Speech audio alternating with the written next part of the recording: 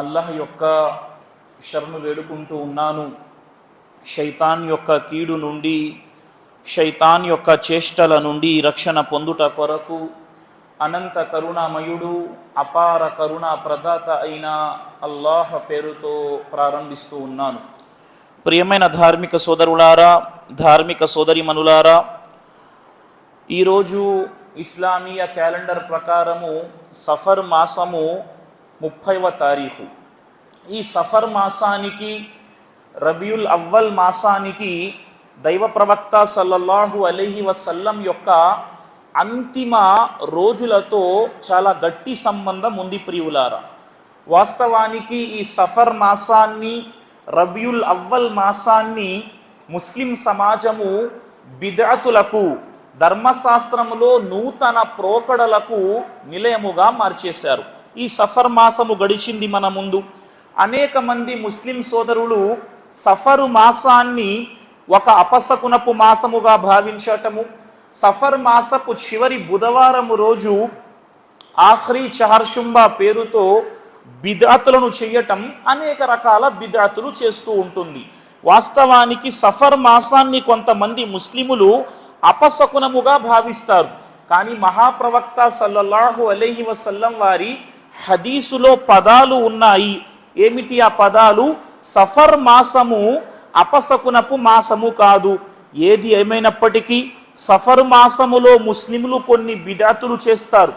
అదే సందర్భములో ఇక రేపు వచ్చే రబియుల్ అవ్వల్ మాసములో మహాప్రవక్త సల్లల్లాహు అలైహి వసల్లం ఏ దినాన అయితే ఈ ప్రపంచాన్ని విడిచిపెట్టి వెళ్ళారో ఆ దినాన్ని ముస్లిం సమాజము ఈద్ మీలాదున్ నబీ అన్న పేరుతో రోడ్లపై డీజేలు వేసుకుంటూ మహాప్రవక్త వారి పుట్టినరోజు ఉత్సవం పేరుతో కేకులు కోయటం జరుగుతుంది.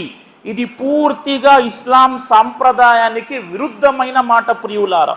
వాస్తవానికి రబియుల్ అవ్వల్ 12వ తారీఖున ప్రవక్త వారు పుట్టలేదు. ప్రవక్త వారు చనిపోయిన దినం రబియుల్ అవ్వల్ 12వ తారీఖు. ప్రవక్త వారు పుట్టిన రోజు రబియుల్ అవ్వల్ మాసము 9వ తారీఖున ప్రవక్త వారు పుట్టారు. మరి ముస్లిం సమాజం ప్రవక్త వారు ప్రపంచాన్ని విడిచిపెట్టిన దినాన్ని పండుగ వలె చేసుకుంటుంది. అల్లాహ్ సుబ్హానహు వ తఆలా ముస్లిం సమాజానికి హిదాయత్ను ప్రసాదించుగాక. ఆమీన్. ప్రియులారా, మహాప్రవక్త సల్లల్లాహు అలైహి వసల్లం జీవితములో చివరి రోజులు ఈ రబియుల్ అవ్వల్ మాసపు మొదటి రోజులు అత్యంత కఠినంగా కొనసాగాయి. ఈరోజు ముస్లిం సమాజము ఏ నెలలోనైతే అల్లాహ్ రక్షించుగాక ప్రవక్త వారి పేరుతో రకరకాల సంబరాలు చేసుకుంటుందో ముస్లిం సమాజానికి తెలియాలి, ఈ రబియుల్ అవ్వల్ 12వ తారీఖున ప్రవక్త వారు చనిపోయిన రోజు. ప్రవక్త వారు తన జీవితములో చివరి 13 లేదా 14 రోజులు వ్యాధికి గురి అయ్యారు.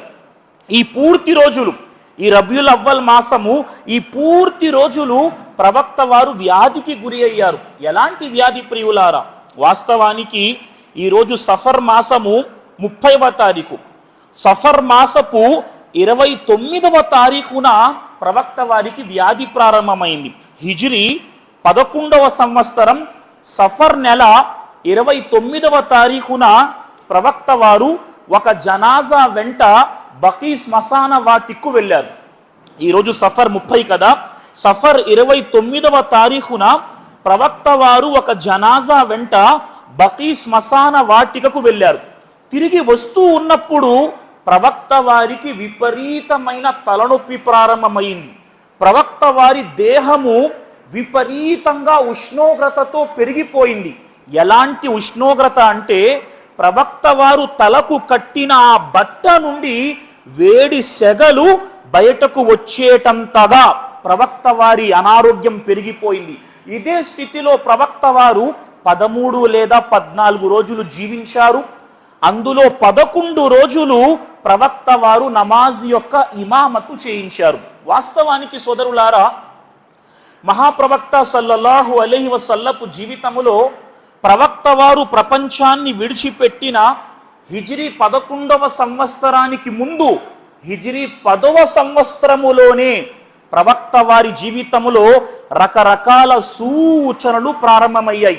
హిజ్రీ 10వ సంవత్సరం అరేబియా ద్వీపకల్పం యొక్క పూర్తి అధికారం ప్రవక్త వారి చేతికి వచ్చిన తరువాత ప్రవక్త వారి మాటల్లో, ప్రవక్త వారి భావాలలో, ప్రవక్త వారి సంభాషణలో విపరీతమైన మార్పు వచ్చింది.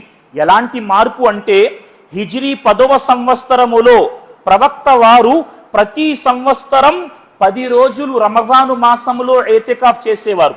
కానీ హిజ్రీ 10వ సంవత్సరములో ప్రవక్త వారు 20 రోజులు ఏతికాఫ్ చేశారు.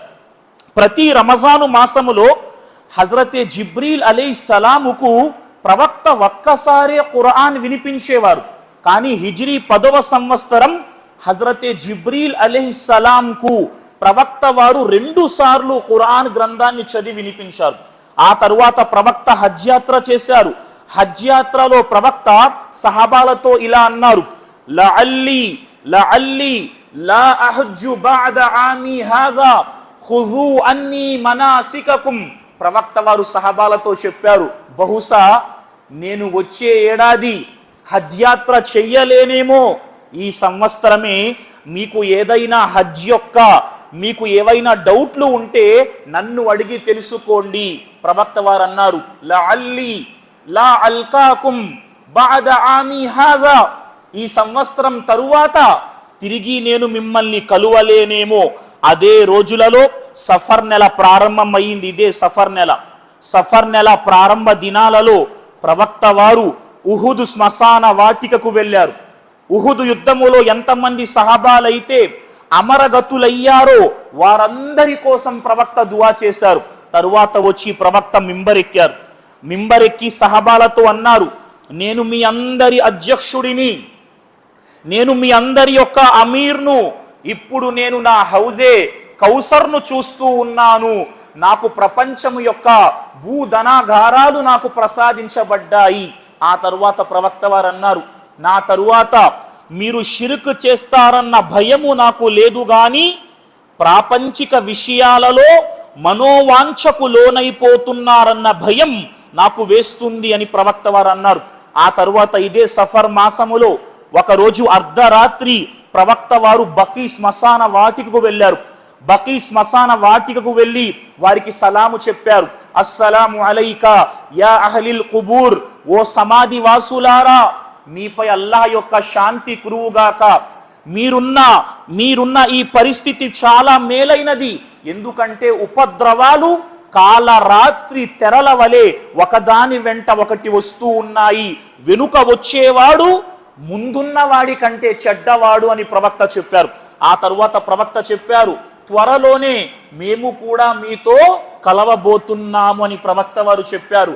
అదే సందర్భములో ఇదే సఫర్ మాసపు 29వ తారీఖున ప్రవక్త వారు బకీ శ్మశాన వాటికకు వెళ్ళి తిరిగి వస్తూ తమకు విపరీతమైన అనారోగ్యానికి తమరు గురయ్యారు. ప్రియులారా, అదే అనారోగ్యంలో ప్రవక్త వారు తన భార్యలతో ప్రశ్నించేవారు, అయినా అనగదన్, నేను రేపు ఎక్కడ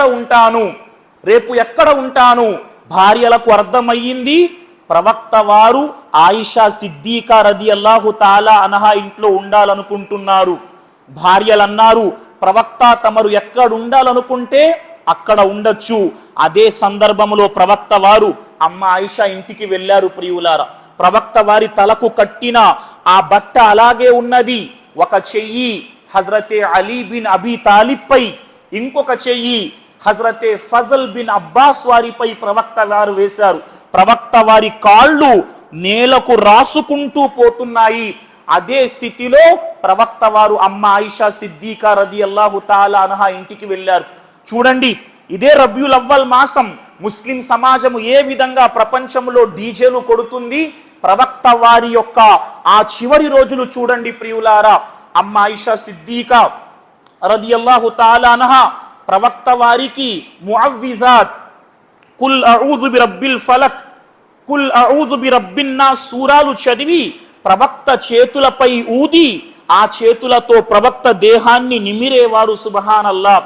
ఇదే విధంగా ప్రవక్త వారి జీవితములో చివరి రోజులు ప్రారంభమయ్యాయి. సోదరులారా, ఇక వచ్చే సోమవారం ప్రవక్త ప్రపంచాన్ని విడిచిపెడతారు అనగా బుధవారము రోజు ప్రవక్త వారి అనారోగ్యం మరింతగా పాడైపోయింది. ఎంతగా ప్రవక్త వారి ఆరోగ్యం దెబ్బతిందంటే ప్రవక్త వారు అపస్మారక స్థితిలోకి వెళ్ళిపోయే ప్రమాదం ఏర్పడింది. ఆ సమయంలో ప్రవక్త అన్నారు, నేను మీకు ఒక వసియత్తు రాసిస్తాను అని సుబ్హానల్లాహ్ ప్రవక్త వారు అన్నారు. కానీ నా బాధ ఎలా ఉందంటే నాపై వివిధ బావుల నుండి తోడిన నీళ్లు తీసుకొచ్చి నా దేహంపై పొయ్యండి అని ప్రవక్త వారు అన్నారు. అప్పుడు ప్రవక్త వారిని ఒక వెడల్పాటి పల్లెములో కూర్చోబెట్టి వివిధ బావుల నుండి తోడిన 7 తోలు సంచుల నీటిని ప్రవక్త దేహంపై పొయ్యటము జరిగింది. ప్రవక్త చాలు అన్నంత వరకు ప్రవక్త దేహంపై నీళ్లు సహబాలు వేశారు. ఆ తరువాత ప్రవక్త వారు కాస్త ప్రశాంతత చేకూరిన తరువాత ప్రవక్త వారు కొన్ని మాటలు సహబాలకు బోధించారు. మొదటి మాట ప్రవక్త వారు అన్నారు, లఅనల్లాహుల్ యహూద వన్నసారా ఇత్తఖజూ కుబూర అంబియాఇహిం మసాజిదా. యూదులపై క్రైస్తవులపై అల్లాహ్ యొక్క శాపము కురువుగాక. వారు తమ యొక్క ప్రవక్తల సమాధులను ఆరాధన ఆలయాలుగా చేసుకున్నారు. ఈరోజు ముస్లిం సమాజమా మనం ఆలోచిద్దాం. ఈరోజు ముస్లిములు ఏ విధంగా ప్రవక్తల సమాధులు కాదు, అడ్రస్ లేని వారి సమాధులను ముస్లిములు ఈరోజు దర్గాలుగా చేసుకొని సజ్జదాలు చేస్తున్నారు. ప్రవక్త వారి యొక్క ఏదైతే వయీద్ ఉన్నదో ఈరోజు ఏ ముస్లిం సమాజం అయితే సమాధుల వద్దకు వెళ్ళి సజ్జదాలు చేస్తుందో అలాంటి వారు వినాల్సిన మాట, వారిపై అల్లాహ్ యొక్క శాపము కురుస్తుంది. ఇది నా మాట కాదు ప్రియులారా. మహాప్రవక్త సల్లల్లాహు అలైహి వసల్లం తన జీవితపు చివరి ఘడియలలో కూడా ఉమ్మత్కు తౌహీద్ను బోధిస్తున్నారు. ప్రవక్త వారు ఇక ఈ ప్రపంచాన్ని విడిచిపెట్టి వెళతారు అన్నప్పుడు కూడా ప్రవక్త ఉమ్మత్కు బోధిస్తున్న మాట తౌహీద్, అల్లాహ్ యొక్క ఏకత్వం. ఈరోజు ముస్లిం సమాజం అల్లాహ్ యొక్క ఏకత్వంపై ఎంత దృఢంగా ఉన్నది ఒకసారి ఆలోచించుకోవాలి ప్రియులారా. ఆ తరువాత ప్రవక్త వారు రెండవ మాట తెలిపారు, అయ్యా నేను మీలో ఎవరి వీపు మీదనైనా కొడితే వారు నా వీపుపై కొట్టవచ్చు. ప్రవక్త వారు తన చొక్కా తీసి తన వీపును చూపించారు. నేను మీలో ఎవరి వీపు మీదనైనా కొట్టి ఉంటే వారు ప్రతీకారము తీర్చుకోవచ్చు, ఇదిగో నా వీపు. ప్రవక్త వారు వీపును చూపించారు. ప్రవక్త వారు తరువాత అన్నారు, మీలో ఎవరి మాన మర్యాదలకు నేను భంగం కలిగిస్తే వారు నా మాన మర్యాదలకు భంగము కలిగించవచ్చు. నేను మీలో ఎవరికైనా అప్పు పడి ఉంటే వారు చెప్పవచ్చు, నేను మీ అప్పును చెల్లించటానికి సిద్ధమని ప్రవక్త వారు చెప్పారు. ఆ తరువాత అదే స్థితిలో ప్రవక్త వారు మింబర్ నుండి కిందకి దిగారు. జోహర్ నమాజ్ చేయించారు. తిరిగి ప్రవక్త వారు మింబర్ ఎక్కి కూర్చున్నారు. తిరిగి మింబర్ ఎక్కి కూర్చొని, అయ్యా నేను మీలో ఎవరికైనా అప్పు ఉంటే చెప్పండి, నేను ఎవరినైనా బాధ పెట్టి ఉంటే వారు బాధ నన్ను పెట్టి మీ యొక్క మాన మర్యాదలు వాపసు తీసుకోండి అన్నారు. ఇంతలో ఒక వ్యక్తి అన్నాడు, ప్రవక్త మీరు నాకు 3 దిర్హములు బాకీ ఉన్నారు. ప్రవక్త వారు హజరతే ఫజల్ బిన్ అబ్బాస్తో చెప్పారు, అతని 3 దిర్హములు అతనికి చెల్లించండి. సుబ్హానల్లాహ్. తరువాత ప్రవక్త వారు అన్సారుల గురించి హితబోధ చేశారు. సోదరులారా, అన్సారులను గౌరవించండి. అన్సారులు తమ హక్కులు పూర్తి చేశారు, కానీ అన్సారుల హక్కులు మాత్రం మిగిలి ఉండిపోయాయి. అన్సారులు ఎవరండి? ఎవరు అన్సారులు? సుబ్హానల్లాహ్. ఎవరు అన్సారులు? ఏ సహబాలైతే మక్కా నుండి మదీనాకు హిజ్రత్ చేసి వచ్చారో వారికి వెన్నంట ఉండిన వారు అన్సారులు. ప్రవక్త వారి మదీనా జీవితములో క్షణం క్షణం ప్రవక్త యొక్క బాగోగులు చూసిన వారు అన్సారులు. ప్రవక్త వారు ఆజ్ఞాపిస్తే తమ జీవితాలు సమర్పించిన వారు అన్సారులు. ఎలాంటి అన్సారులు? హజరతే సఅద్ బిన్ ముఆజ్ రదియల్లాహు తఆలా అన్హు ఎలాంటి అన్సారీ సహబీ ప్రియులారా. ప్రవక్త వారు బదర్ పోరాటం జరిగినప్పుడు అన్సారీ సహబాల సహాయం వేడుకోవటానికి వచ్చారు. హజరతే సఅద్ బిన్ ముఆజ్ అన్నారు, ప్రవక్త మమ్మల్ని బనీ ఇస్రాయిల్ అనుకుంటున్నారా? బనీ ఇస్రాయిల్ అనుకుంటున్నారా? బనీ ఇస్రాయిల్ ఏం చేసింది? ఫిరౌన్తో యుద్ధము చేయాల్సిన పరిస్థితిలో బనీ ఇస్రాయిల్ మూసా ప్రవక్తతో చెప్పింది, మూసా నువ్వు నీ అల్లా ఫిరౌన్తో పోరాటము చేసుకోండి, ఇక్కడ మేము కూర్చొని చూస్తూ ఉంటాము. హజరతే సాద్ బిన్ ముఆజ్ అన్నారు, ప్రవక్త మమ్మల్ని బనీ ఇస్రాయిల్ అనుకున్నారా? అల్లాహ్ సాక్షిగా మీరు మమ్మల్ని ఆజ్ఞాపించి మీ వెంట నడవమని చెప్పి మీరు మమ్మల్ని సముద్రములో దూకమని ఆజ్ఞాపించిన రెండవ మాట చెప్పకుండా మీ ఆజ్ఞ ప్రకారం మేము సముద్రములో దూకుతాము ప్రవక్త. ఇది అన్సారుల జీవితం. ఎలాంటి అన్సారు? ఈరోజు ముస్లిం సమాజానికి అన్సారుల జీవితాన్ని చదవాల్సిన అవసరం ఉంది ప్రియులారా. ఈరోజు ఇక్కడ మనం కూర్చున్నామంటే అన్సారుల జీవిత త్యాగాలు ప్రియులారా. ప్రవక్త వారి మాట ముందు వారి యొక్క విధేయత సోదరులారా ఖైర్. ప్రవక్త వారు అన్నారు, అన్సారుల యొక్క గౌరవం వారికి ఇవ్వండి, వారి హక్కులు చెల్లించండి. ఆ తరువాత ప్రవక్త వారు ఒక మాట చెప్పారు, అల్లా ఒక దాసునికి రెండు అవకాశాలు ఇచ్చాడు. మొదటి అవకాశం ఈ ప్రపంచంలో ఉన్నది కోరుకో, లేదా అల్లాహ్ వద్ద ఉన్నది కోరుకో. ఆ దాసుడు అల్లాహ్ వద్ద ఉన్న దానినే కోరుకున్నాడు అని ప్రవక్త చెప్పారు. ఈ మాట చెప్పిన వెంటనే హజరత్ అబూబకర్ సిద్దీక్ అన్నారు, ప్రవక్త మా తల్లి తండ్రితో సహా మేము మీకు అర్పితం. అబూ సయీద్ ఖుద్రీ రదియల్లాహు తాలా అన్హు అన్నారు, ప్రజలు మాట్లాడుకున్నారు, ఇదేంటయ్యా ప్రవక్త వారు ఏదో మాట చెబుతుంటే ఈ ముసలివాడు మా తల్లి తండ్రి మీకు సమర్పితం అంటాడేమిటి? అల్లాహు అక్బర్. ప్రవక్త వారు ఆ మాట చెప్పింది ఎవరి కోసమో కాదు, స్వయంగా ప్రవక్త కోసమే ఆ మాట అర్థమయ్యింది అబూబకర్ సిద్దీక్ వారికి. కాబట్టి ఆయన అన్నారు, మా తల్లి తండ్రితో సహా మీకు అర్పితం. ప్రవక్త వారు ఆ తరువాత చెప్పారు, సుబ్హానల్లాహ్, ఈ ప్రపంచములో నేను ఎవరికైనా రుణపడి ఉన్నాను అంటే డబ్బు విషయములో అది అబూబకర్కు మాత్రమే. అబూబకర్ నాకు అత్యంత ఆప్తుడు. నేను అల్లాహ్ను కాకుండా మరెవరినైనా ఖలీల్ మిత్రునిగా చేసుకోవలసి వస్తే అబూబకర్ను మిత్రునిగా చేసుకునేవాడిని. కానీ అబూబకర్తో నాకు ఇస్లాం యొక్క సంబంధం, ఇస్లాం యొక్క సోదర భావం ఉంది. మస్జిద్లో అన్ని తలుపులు మూసివేయండి, ఒక అబూబకర్ ద్వారాన్ని తెరిచి ఉంచండి ప్రవక్త అన్నారు. ఎందుకన్నారంటే సహబాలు ప్రతి సహబీ తమ ఇంటి నుండి అనేక ద్వారాలు చేసుకొని మస్జిదే నబవీలోకి వచ్చేవారు. ప్రవక్త వారు అబూబకర్ పై గౌరవంతో అన్నారు, అన్ని ద్వారాలు మూసేయండి, ఒక అబూబకర్ ద్వారం తప్ప. ఎలాంటి అబూబకర్ సిద్దీక్ రదియల్లాహు తాలా. ప్రవక్త వారు లా ఇలాహా ఇల్లల్లా కలిమా తెచ్చిన వెంటనే తల వంచి ఇస్లాం స్వీకరించిన వ్యక్తి హజరతే అబూబకర్ సిద్దీక్ రదియల్లాహు తాలాను. ప్రవక్త వారు ఏదైతే సౌర్ గుహలోకి వెళ్ళినప్పుడు ప్రవక్త వారిని ఎత్తుకొని సౌర్ గుహలోనికి వెళ్ళిన అబూబకర్. ప్రవక్త వారికి ఎప్పుడైతే తన యొక్క తొడపై ప్రవక్త పడుకున్నారో, ఎప్పుడైతే ఆ సౌర్ గుహలో ఒక కన్నాన్ని తన కాలి గోటితో అబూబకర్ కప్పి ఉంచారో, ఒక విషపురుగు కాటు వేస్తే ప్రవక్త వారి నిద్రకు భంగం వాటిల్లుతుందని తన కాలిని కదల్చకుండా ఏడ్చి బాధపడిన వ్యక్తి హజరత్ అబూబకర్ సిద్దీక్. ఒక్కొక్క మాట ఏం చెప్పను ప్రియులారా. తబూక్ యుద్ధ సందర్భములో తన ఇంటిలో ఉన్నదంతా తీసుకొచ్చి అర్పించినది అబూబకర్ సిద్దీక్ రదియల్లాహు తాలాను ఖైర్. ఎలాంటి అబూబకర్ సిద్దీక్, సుబ్హానల్లాహ్.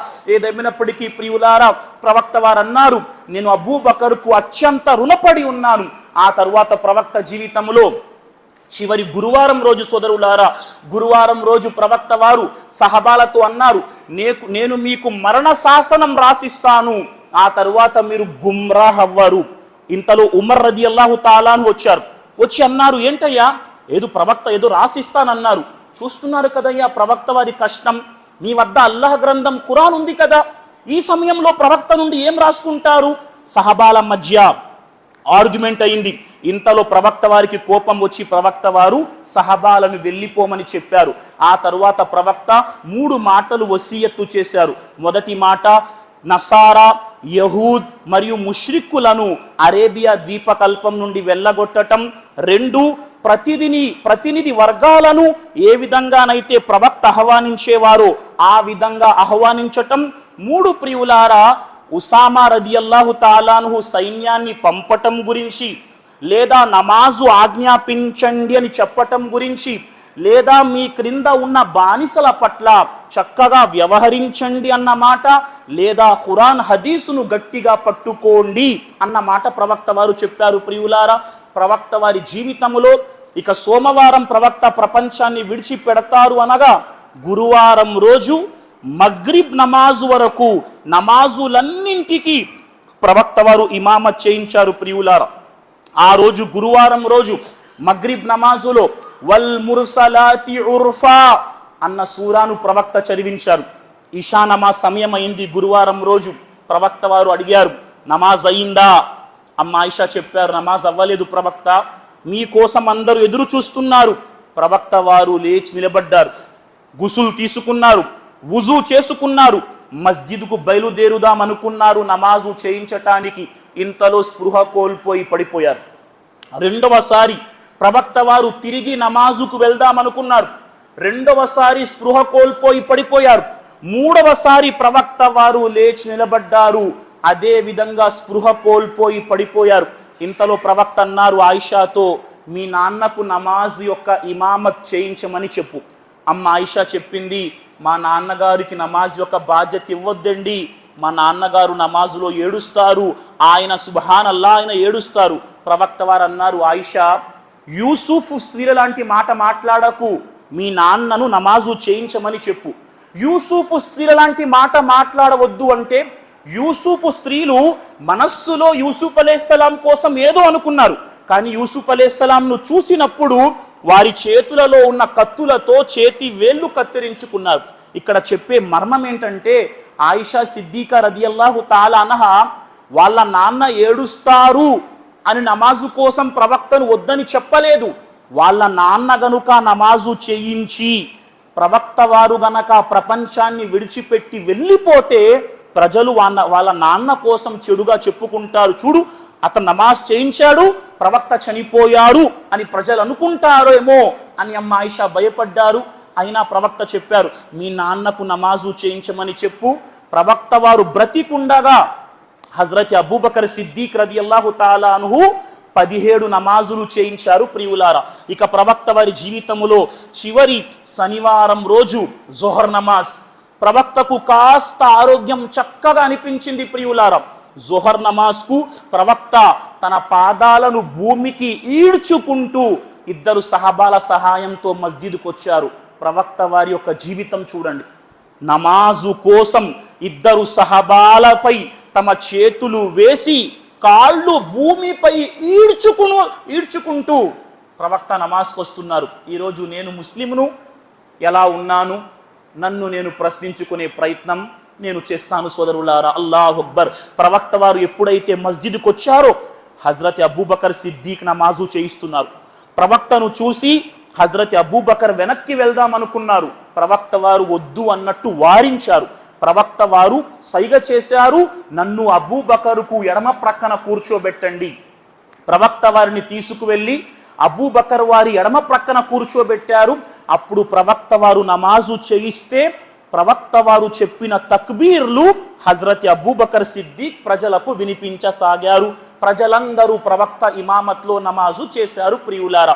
ఇక ప్రవక్త వారి జీవితంలో చివరి ఆదివారం రోజు ప్రియులారా, ప్రవక్త వారు తన వద్దన ఉన్న 7 బంగారు నాణ్యాలను ప్రజలకు పంచేశారు. తన వద్ద ఉన్న బానిసలను విముక్తి గావించారు.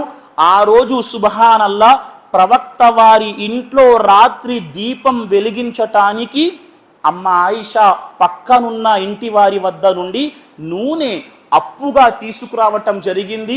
ఆ రోజు రాత్రి ప్రవక్త వారి యుద్ధ కవచం ఒక యూదుని ఇంట్లో 75 కేజీల బార్లీ గింజలకు బదులుగా ప్రవక్త వారి యుద్ధ కవచం తాకట్టు పెట్టబడింది.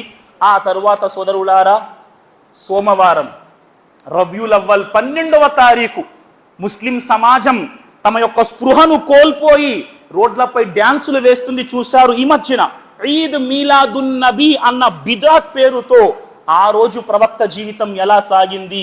చివరి సోమవారం ప్రవక్త జీవితంలో రబీయుల్ అవ్వల్ నెల 12వ తారీఖు ఫజర్ నమాజ్, సహబాలందరూ ఫజర్ నమాజ్ చేయటంలో నిలబడ్డారు. ఇంతలో ప్రవక్త అమ్మ ఆయిషా ఇంటిలో ఆ గుమ్మం వద్దకు వచ్చి పరదా తీసి సహబాలను చూశారు. సహబాలందరూ నమాజులో నిలబడ్డారు. ప్రవక్త ఒక చిరునవ్వు నవ్వారు. ఇంతలో సహబాలు అనుకున్నారు, ఇక ప్రవక్త నమాజు కోసం వచ్చేస్తారేమో. సహబాలు ఆనందం పట్టలేక వారి నమాజులను భగ్నము చేసేటంత పనయింది. ఇంతలో ప్రవక్త వారు సైగ చేసి చెప్పారు, మీ నమాజులు మీరు చేసుకోండి. ప్రవక్త వారు ఇంటి గుమ్మంపై పరదాను కిందకి వేశారు. ప్రియులారా, తిరిగి ప్రవక్త జీవితంలో వేరే నమాజు చేసే అవకాశం రాలేదు. ప్రియులారా, అదే సోమవారం రోజు చాష్ట్ సమయం కాస్త పొద్దు ఎక్కిన వేళ ప్రియులారా, ప్రవక్త వారు హజరతే ఫాతిమాను పిలిచారు. తన గారాల పట్టి ఫాతిమాను పిలిచారు. ఫాతిమా చెవిలో ఒక మాట చెప్పారు. ఫాతిమా రదియల్లాహు తాలా అన్హా బోరున ఏడ్చింది. ప్రియులారా, ప్రవక్త వారు రెండవ మాట చెప్పారు తన కూతురికి. ఆమె నవ్వింది. సోదరులారా, చాలా రోజుల తరువాత అమ్మ ఆయిషా ఫాతిమాతో అడిగారు, ఫాతిమా, ఆ రోజు మీ నాన్న ఏదో చెబితే నువ్వు ఏడ్చావు, ఆ తరువాత మీ నాన్న ఏదో చెబితే నువ్వు నవ్వావు, ఏం జరిగింది? ఫాతిమా రదియల్లాహు తాలా అన్హా చెప్పటం జరిగింది, ఆ రోజు మా నాన్న నాకు చెప్పిన మొదటి మాట, ఇక ఈ వ్యాధి వలన నీ తండ్రి ప్రపంచాన్ని విడిచిపెట్టి వెళ్ళిపోతున్నారు, నేను ఏడ్చాను. నాన్న చెప్పిన రెండవ మాట, నా కుటుంబములో అందరికంటే ముందు నువ్వే నా వద్దకు వచ్చేస్తావు, అప్పుడు నేను నవ్వాను. ప్రవక్త చనిపోయిన 6 మాసాలకు ప్రవక్త కూతురు ఫాతిమా రదియల్లాహు తాలా అన్హా చనిపోయారు. ప్రియులారా, ఖైర్. ఆ తరువాత ప్రవక్త వారు తన 2 మనవళ్ళు హజరతే హసన్ను పిలిపించారు, హజరతే హుస్సేన్ను పిలిపించారు. ఇద్దరిని ప్రవక్త వారు ముద్దాడుకున్నారు. ఆ తరువాత ప్రవక్త చెప్పారు, వీరిద్దరితో చక్కగా ప్రవర్తించండి అమ్మా. ఆ తరువాత ప్రవక్త వారి బాధ ఇంకా పెరిగిపోయింది. ఫాతిమా రదియల్లాహు తాలా అన్హా, అయ్యో మా నాన్నగారి కష్టం, మా నాన్నగారి బాధ అని ఆ ఫాతిమా చాలా విచారపడిన సందర్భంలో ప్రవక్త అన్నారు, అమ్మ ఫాతిమా, ఇక బాధపడకు, ఈ రోజు తరువాత నీ తండ్రికి ఎలాంటి కష్టము కలగదు అని ప్రవక్త వారు చెప్పారు. ఇంతలో సుబ్హానల్లా, ప్రవక్త వారి వ్యాధి మరింతగా ప్రవక్త వారికి తుది శ్వాసలు ప్రారంభమవుతున్నాయి. ఆ సమయంలో ఆయిషాతో ప్రవక్త వారు చెప్పారు, ఆయిషా రదియల్లాహు తాలా అన్హా, ఖైబర్లో ఏ విషమైతే నాకు తినిపించబడిందో ఆ విష ప్రభావం ఇప్పుడు నాపై పనిచేస్తుంది.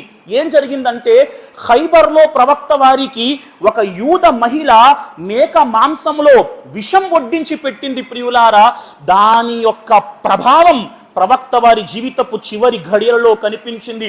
అదే సందర్భంలో ప్రవక్త వారు బాధపడుతూ సహబాలందరికీ కొన్ని మాటలు చెప్పారు, అస్సలా అస్సలా అస్సలా, నమాజు విడిచిపెట్టకండి, నమాజు విడిచిపెట్టకండి, నమాజు విడిచిపెట్టకండి. ప్రవక్త వారు సకరాతు స్థితిలో ఉండి చెబుతున్న మాట అస్సలా నమాజ్, అస్సలా నమాజ్, అస్సలా నమాజ్, వమా మలకత్ ఐమానుకుం, మీ క్రింద ఉన్న బానిసల పట్ల చక్కగా ప్రవర్తించండి. ప్రవక్త వారు ఆ సమయంలో అల్లాహ్ హక్కు కోసం మాట్లాడారు, ఆ సమయంలో దాసుల హక్కు కోసం మాట్లాడారు. ప్రపంచపు చరిత్రలో ఇలాంటి మనిషి రాలేడు, ప్రపంచం చూడలేదు. ప్రియులారా, సుబ్హానల్లా, ఒక పక్క తన ప్రాణం పోతుందన్న బాధ, ఆ సమయంలోనూ అల్లాహ్ హక్కు కోసం మాట్లాడుతున్నారు. అస్సలా, తన ప్రాణం పోతున్న సమయంలో దాసుల హక్కు కోసం మాట్లాడుతున్నారు. వమా మలకత్ ఐమానుకుం, సుబ్హానల్లా. ఆ తరువాత ప్రవక్త వారి మరింతగా ప్రవక్త వారికి తుది శ్వాస ప్రారంభమైంది. ప్రియులారా, అమ్మ ఆయిషా చెబుతూ ఉన్నారు, నా యొక్క గొప్ప విషయాలలో అల్లా నాకు రాసింది ఏమిటంటే, నా ఇంట నా వంతు నా వక్షస్థలంపై ప్రవక్త తలపెట్టి ఈ ప్రపంచాన్ని విడిచిపెట్టారు. జరిగింది ఏంటంటే, ప్రవక్త వారు అమ్మ ఆయిషాపై ఆమె దేహాన్ని ఆధారంగా చేసుకొని ప్రవక్త వారు చివరి రోజులలో ఆ చివరి సోమవారం కూర్చున్నారు. అంటే ప్రవక్త విశ్రాంతి తీసుకుంటున్నారు. అమ్మ ఆయిషా చెప్పింది, అల్లా నాపై కురిపించిన అనుగ్రహం ఏమిటంటే, ప్రవక్త వారి ఉమ్ముతో అల్లా నా ఉమ్మును కలిపాడు. ఏం జరిగిందంటే, ఆయిషా సిద్దిఖా వారి సోదరుడు అబ్దుర్ రహమాన్ ఒక మిస్వాక్ పుల్ల తీసుకొచ్చారు. ప్రవక్త వారు ఆ మిస్వాక్ పుల్ల వైపునకు తదేకంగా చూడసాగారు. అమ్మ ఆయిషా అడిగింది, ప్రవక్త మిస్వాక్ చేసుకుందాం అనుకుంటున్నారా? ప్రవక్త వారు అవును అన్నట్టు తల ఊపారు. ఇంతలో అమ్మ ఆయిషా ఆ మిస్వాక్ పుల్ల తీసుకుంది. అది ఎంత గట్టిగా ఉందంటే ప్రవక్త వారు నమలటానికి వీలు లేకుండా ఉంది. అప్పుడు అమ్మ ఆయిషా ఏం చేశారు, తన నోట్లో ఆ మిస్వాక్ పుల్ల పెట్టుకొని దాన్ని మెత్తగా చేసి ప్రవక్త వారికి ఇచ్చారు. అంటే తన ప్రవక్త ఉమ్ముతో కలవటం, సుబ్హానల్లా. ఆ తరువాత ప్రవక్త వారు ఆ మిస్వాక్ పుల్లతో తనివి తీరా దంత దహవనం చేశారు. ప్రియులారా, ఆ తరువాత ప్రవక్త వారి ముందు ఒక పల్లెం ఉంది, ఆ పల్లెములో నీళ్లున్నాయి. ప్రవక్త నీళ్లు తీసుకుంటూ తన ముఖాన్ని తుడుచుకుంటూ కొన్ని మాటలు పలికారు. లా ఇలాహ ఇల్లల్లా ఇన్న లిల్ మౌతి లసకరాత్. నిశ్చయంగా మరణములో గొప్ప వేతన ఉంది. ఏదైతే సకరాత్ ఉన్నదో అది మహా కష్టంగా ఉంటూ ఉన్నది. ఆ తరువాత ప్రవక్త వారి చూపు తన ఇంటి పైకప్పు వైపునకు వెళ్ళింది. ప్రవక్త కొన్ని మాటలు మాట్లాడుతున్నారు. అమ్మ ఆయిషా సిద్దీకా ప్రవక్త యొక్క నోటి వద్దకు వెళ్ళి ఆ మాటలు ప్రవక్త ఏం చెబుతున్నారా విన్నారు. ప్రవక్త వారు అంటూ ఉన్నారు, అల్లా, నువ్వు ఏ సిద్దీకులనైతే, ఏ షుహదాలనైతే, ఏ సాలిహీన్లనైతే, ఏ ప్రవక్తలనైతే నువ్వు అనుగ్రహించావో నన్ను కూడా అనుగ్రహించు. అల్లాహుమ్మ గుఫిర్లీ, అల్లా నన్ను క్షమించు, అల్లా నన్ను కరుణించు. అల్లాహుమ్మ రఫీకల్ ఆలా, అల్లా నన్ను నీ పరమ ఆప్తులలో చేర్చుకో. అల్లాహుమ్మ రఫీకల్ ఆలా అన్న పదాన్ని ప్రవక్త చెబుతూ అల్లా నన్ను నీ పరమ ఆప్తులలో చేర్చుకో, నువ్వు పరమ ఆప్తుడివి అన్న మాట చెబుతూ ప్రవక్త వారి చెయ్యి కిందకి పడింది. ప్రియులారా, ఇన్నా లిల్లాహి వ ఇన్నా ఇలైహి రాజిఊన్. అదే రబీయుల్ అవ్వల్ మాసం 12వ తారీఖు ప్రవక్త వారి జీవితంలో 63 సంవత్సరాల 3 రోజుల వయస్సు. ప్రియులారా, ప్రవక్త వారు ప్రపంచాన్ని విడిచిపెట్టి వెళ్ళిపోయారు. సహబాలకు అర్థం కాలేదు ఏం జరుగుతుందో. హజరత్ అనస్ రదియల్లాహు తాలాను అన్నారు, మదీనాకు ప్రవక్త వచ్చిన దినము లాంటి మహోజ్వలమైన దినాన్ని నేను చూడలేదు. ప్రవక్త వారు ప్రపంచాన్ని విడిచిపెట్టి వెళ్ళిన దినము లాంటి బాధాకరమైన దినాన్ని నేను చూడలేదు. ఒక పక్క ఉమర్ రదియల్లాహు తాలాను, ఖబర్దార్, ఎవరైనా ప్రవక్త చనిపోయారంటే వాడు మునాఫిక్. ప్రవక్త చనిపోలేదు. ప్రవక్త ఏ విధంగానైతే మూసా అలైహిస్సలాం 40 రోజుల కోసం తూర్ పర్వతం పైకి వెళ్ళారో ప్రవక్త వారు అలా వెళ్ళారు. తిరిగి వస్తారు, చేతులు కాళ్ళు నరికేస్తారు, జాగ్రత్త అని ఉమర్ వారు సహాబాలను హెచ్చరించారు. అర్థం కాలేదు, ఏం జరుగుతుందో అర్థం కాలేదు. ఇంతలో అబూబకర్ సిద్దిక్కి తెలిసింది. అతను తన ఇంట్లో సక్క నుండి డైరెక్టుగా ప్రవక్త వారి ఇంటికి వెళ్ళి, ప్రవక్త వారి దేహం ఒక తెల్లటి చారలు గల యమని దుప్పటిలో కప్పబడి ఉంది. ప్రవక్త వారి తల మీద దుప్పటి తీసి హజరత్ అబూబకర్ ప్రవక్త తలను చుంబించారు. ప్రవక్త తలను చుంబించి అన్నారు, ప్రవక్త, అల్లాహ్ మీకు 2 మరణాలు ప్రసాదించలేదు. అల్లాహ్ మీకు ఏదైతే మరణాన్ని ఇచ్చాడో ఆ మరణం వచ్చేసింది అని చెప్పి బయటకు వచ్చారు. ఇంతలో ఉమర్ రదియల్లాహు తాలాను సహబాలతో వాదోపవాదం చేస్తున్నారు. ఇంతలో ప్రవక్త హజరత్ అబూబకర్ అన్నారు, ఉమర్ కూర్చో. ఉమర్ వారు వినలేదు. ఇంతలో హజరత్ అబూబకర్ ఖురాన్ యొక్క వాక్యాన్ని పఠించారు. వమా ముహమ్మదున్ ఇల్లా రసూల్ ఖద్ ఖలత్ మిన్ ఖబ్లిహిర్ రుసుల్ అఫ ఇమ్మాత ఔ కుతిలన్ కలబతుం అలా అఅకాబికుం. ముహమ్మద్ ఒక ప్రవక్త, ఆయనకు ముందు చాలా మంది ప్రవక్తలు వచ్చారు.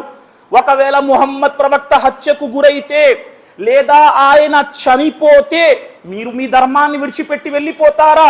ఎవరైతే వెళ్ళిపోతారో వారు అల్లాహకు ఎలాంటి నష్టాన్ని కలిగించలేరు. ఈ వాక్యాన్ని చదివారు. వెంటనే ఇంకొక మాట అన్నారు. ఏమన్నారు? మన్ కాన యఅబుదు ముహమ్మదన్ ఫఇన్న ముహమ్మదన్ ఖద్ మాత్ ఫఇన్నల్ వమన్ కాన యఅబుదుల్లా ఫఇన్నల్లాహ హయ్యున్ లా యమూత్. మీలో ఎవరైతే ముహమ్మద్ వారిని ఆరాధిస్తున్నారో వారు తెలుసుకోవాలి, ముహమ్మద్ ప్రవక్త చనిపోయారు. మీలో ఎవరైతే అల్లాహను ఆరాధిస్తున్నారో వారు తెలుసుకోవాలి, అల్లాహ్ సజీవుడు, అల్లాహ్ మరణము లేనివాడు. ఎప్పుడైతే హజరత్ అబూబకర్ ఈ వాక్యం చదివారో హజరత్ ఇబ్ని అబ్బాస్ అంటారు, సహాబాలకు అర్థం కాలేదు. ఆ వాక్యం అప్పుడే అవతరించిందా ఖురాన్ గ్రంథంలో అన్నట్టు సహబాలు భ్రమపడ్డారు. హజరతే ఉమర్ అన్నారు, నా తల మట్టి కొట్టుకుపోయింది అనిపించింది, నా మోకాళ్ళు విరిగి భూమిలోకి కూరుకుపోయాయా అన్న బాధ అనిపించింది. ఇక ప్రవక్త చనిపోయారు అన్న మాట వింటే సుబ్హానల్లా, అది సోమవారం రోజు చాస్ట్ సమయం ప్రియులారా ఇటుపక్క సహబాల మధ్య భేదాభిప్రాయాలు ప్రారంభమయ్యాయి. ఎవరు ఖలీఫాగా ఉండాలి? సఖీఫా బను సాయిదాలో అందరూ ఏకాభిప్రాయానికి వచ్చి హజరత్ అబూబకర్ సిద్దీక్ను తమ ఖలీఫాగా ఎన్నుకున్నారు ప్రియులారా. ఆ తరువాత సుబ్హానల్లా సోమవారం మొత్తం అయిపోయింది. మంగళవారం ప్రవక్త వారికి గుసులు ఇవ్వాలి. ప్రవక్త వారిని ఎక్కడ హననము చేయాలి? సహబాల మధ్య భేదాభిప్రాయాలు వచ్చాయి. ఇంతలో అబూబకర్ సిద్దిక్ తేల్చేశారు, నేను విన్నాను ప్రవక్త వారి నుండి, ప్రవక్తలు ఎక్కడైతే చనిపోతారో అక్కడే ఖననం చేయబడతారు. హజరత్ అబూ తలహా వచ్చారు, ప్రవక్త దేహాన్ని పక్కకు తొలగించి అక్కడే సమాధిని తవ్వారు. అదే ఈరోజు అమ్మ ఆయిషా నివాసం. ఏదైతే మస్జిదే నబవీలో ఉన్నదో గ్రీన్ డూమ్ మనకి కనిపిస్తుంది. వాస్తవానికి గ్రీన్ డూమ్ షరియత్కు వ్యతిరేకం, దానికి షరియత్లో ఎలాంటి స్థానము లేదు. ఆ కింద ప్రవక్త సల్లల్లాహు అలైహి వసల్లం యొక్క సమాధి ఉన్నది ప్రియులారా. హజరత్ అబూ తలహా బగ్లీ లహద్ సమాధి తవ్వారు. లహద్ అంటే లోపలికి ఉండి సొరంగం కిందకి రైట్ సైడ్ ఉంటుంది దేహం పెట్టడానికి, దాన్ని లహద్ సమాధి అంటారు. ప్రవక్త వారి జనాజా తర్వాత ఆయనకి ప్రవక్త సల్లల్లాహు అలైహి వసల్లం వారి గుసులు ఇచ్చారు. గుసులు ఎవరు చేయించారు? హజరత్ అలీ రదియల్లాహు తాలాను. హజరత్ అవస్ బిన్ ఖౌలీ ప్రవక్త దేహాన్ని తన యొక్క భుజాలపై ఛాతీపై పడుకోబెట్టుకున్నారు. హజరత్ అబ్బాస్ అతని ఇద్దరు కుమారులు హజరత్ ఫజల్ మరియు హజరత్ సకం ప్రవక్త దేహాన్ని అటు ఇటు ఊపుతూ ఉన్నారు. హజరత్ ఉసామా హజరత్ షక్రాన్ ప్రవక్త దేహంపై నీళ్లు వేస్తూ ఉన్నారు. హజరత్ అలీ రదియల్లాహు తాలా అన్హు ప్రవక్తకు గుస్సులు ఇచ్చారు ప్రియులారా. ఆ తరువాత ప్రవక్త యొక్క దేహాన్ని 3 యమని దుప్పట్లలో కప్పటం జరిగింది. ప్రవక్త వారి కఫన్లో షర్ట్ లేదు ప్రియులారా, తలపాగా కూడా లేదు. 3 బట్టల్లో ప్రవక్త వారికి కఫన్ ఇవ్వటం జరిగింది. ఆ తరువాత జమాత్తో నమాజ్ అవ్వలేదు. ఏ గదిలోనైతే ప్రవక్త ఉన్నారో అందరికంటే ముందు ప్రవక్త కుటుంబం వారు వేరువేరుగా నమాజులు చేసుకున్నారు. తరువాత ముహాజిరిన్లు నమాజు చేసుకున్నారు. తరువాత అన్సార్లు నమాజు చేసుకున్నారు. మంగళవారం పూర్తిగా అయిపోయింది.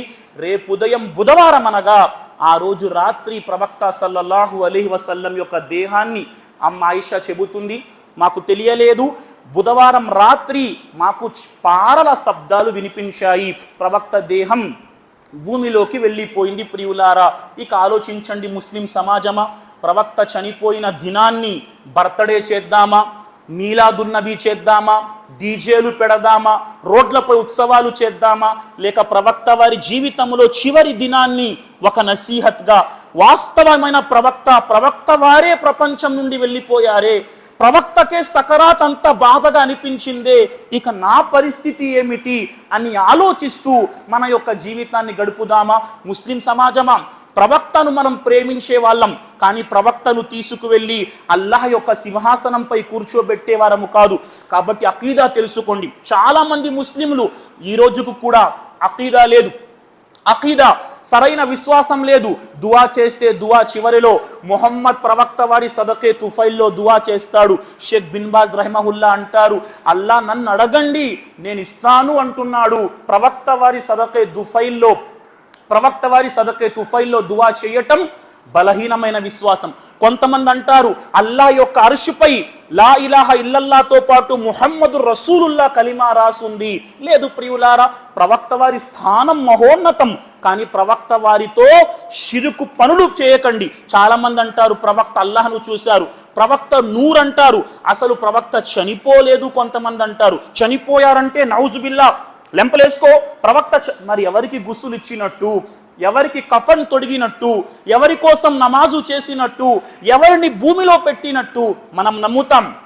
ప్రవక్త బర్జఖ్ జీవితంలో, అడ్డుతెర జీవితంలో, ఇహలోకంలో ప్రవక్త మరణించారు, కానీ అడ్డుతెర జీవితంలో ప్రవక్త బ్రతికున్నారు. అది ఎలా ఉంది అది మనకు తెలియదు ప్రియులారా, అది అల్లాహ్కు మాత్రమే తెలుస్తుంది. ఖైర్ సోదరులారా, ఈరోజు ముస్లిం సమాజానికి అవసరం ఉంది, మనం ప్రవక్త వారి జీవితాన్ని తెలుసుకోవాలి. ప్రవక్త వారి జీవితపు చివరి ఘడియల్లో ప్రవక్త ఏదైతే తౌహీద్ను బోధించారో తౌహీద్ను మనం పట్టుకోవాలి. అయ్యా ప్రవక్త చనిపోతూ చెప్పారయ్యా తౌహీద్పై ఉండండి, ప్రవక్త చనిపోతూ చెబుతున్నారయ్యా నమాజు చేయండి, ప్రవక్త చనిపోతూ చెబుతున్నారు మీ వారితో మంచిగా మెలగండి. ఈరోజు మన జీవితాలలో మనం ఎంతవరకు ఈ విషయాలు చూస్తున్నాం? అల్లా రక్షించుగాక. ప్రియులారా, చివరిగా ఏదైతే ఈద్ మీలాదున్ నబీ చేస్తారో ఇది ఇస్లాంలో ఘోరాతి ఘోరమైన బిదత్. ప్రియులారా, అబూబకర్ సిద్దీక్కు ప్రవక్తపై ప్రేమ లేదా? నీ ప్రేమ ఎక్కువ, నా ప్రేమ ఎక్కువ, హజరత్ అబూబకర్ ప్రేమ ఎక్కువ? హజరత్ అబూబకర్ సిద్దీక్ ప్రేమ ఎక్కువ. అతను ఈద్ మీలాదున్ నబీ చేయలేదే, హజరత్ ఉమర్ చేయలేదు, హజరత్ ఉస్మాన్ చేయలేదు, హజరత్ అలీ చేయలేదు. మనం సంవత్సరంలో ఒకరోజు డీజేలు పెట్టి, ఒకరోజు బ్యాండ్లు మోయించి, ఒకరోజు కేకులు కట్ చేసే వారము కాము. మనం సంవత్సరానికి 365 రోజులు ప్రవక్త ప్రేమలో జీవితాన్ని గడిపేవారం. ప్రవక్త ప్రేమ అంటే అర్థం ఏమిటి అడగండి వీరికి. ప్రవక్త ప్రేమ అంటే అర్థం ప్రవక్త ఏ మాట ఆజ్ఞాపించారో దాని ముందు తల వంచటం. ఈరోజు మనం ప్రవక్తను ప్రేమిస్తే మనము కూడా ప్రవక్త మాట ముందు తల వంచాలి. ప్రియులారా, అదే ప్రవక్తకు మనం ఇచ్చే అసలైన గౌరవం, అదే అసలైన ప్రేమ. ఇక మీరు నిర్ణయించుకోండి, ప్రవక్త చెప్పిన మాట ప్రకారం నేనున్నానా, లేక నా మనస్సు ఎలా చెబితే అలా గడుపుతున్నానా? ఇక మనమే ప్రశ్నించుకోవాలి. అల్లా మనందరికీ హిదాయత్ను ప్రసాదించుగాక. ఆమీన్ యా రబ్బల్ ఆలమీన్.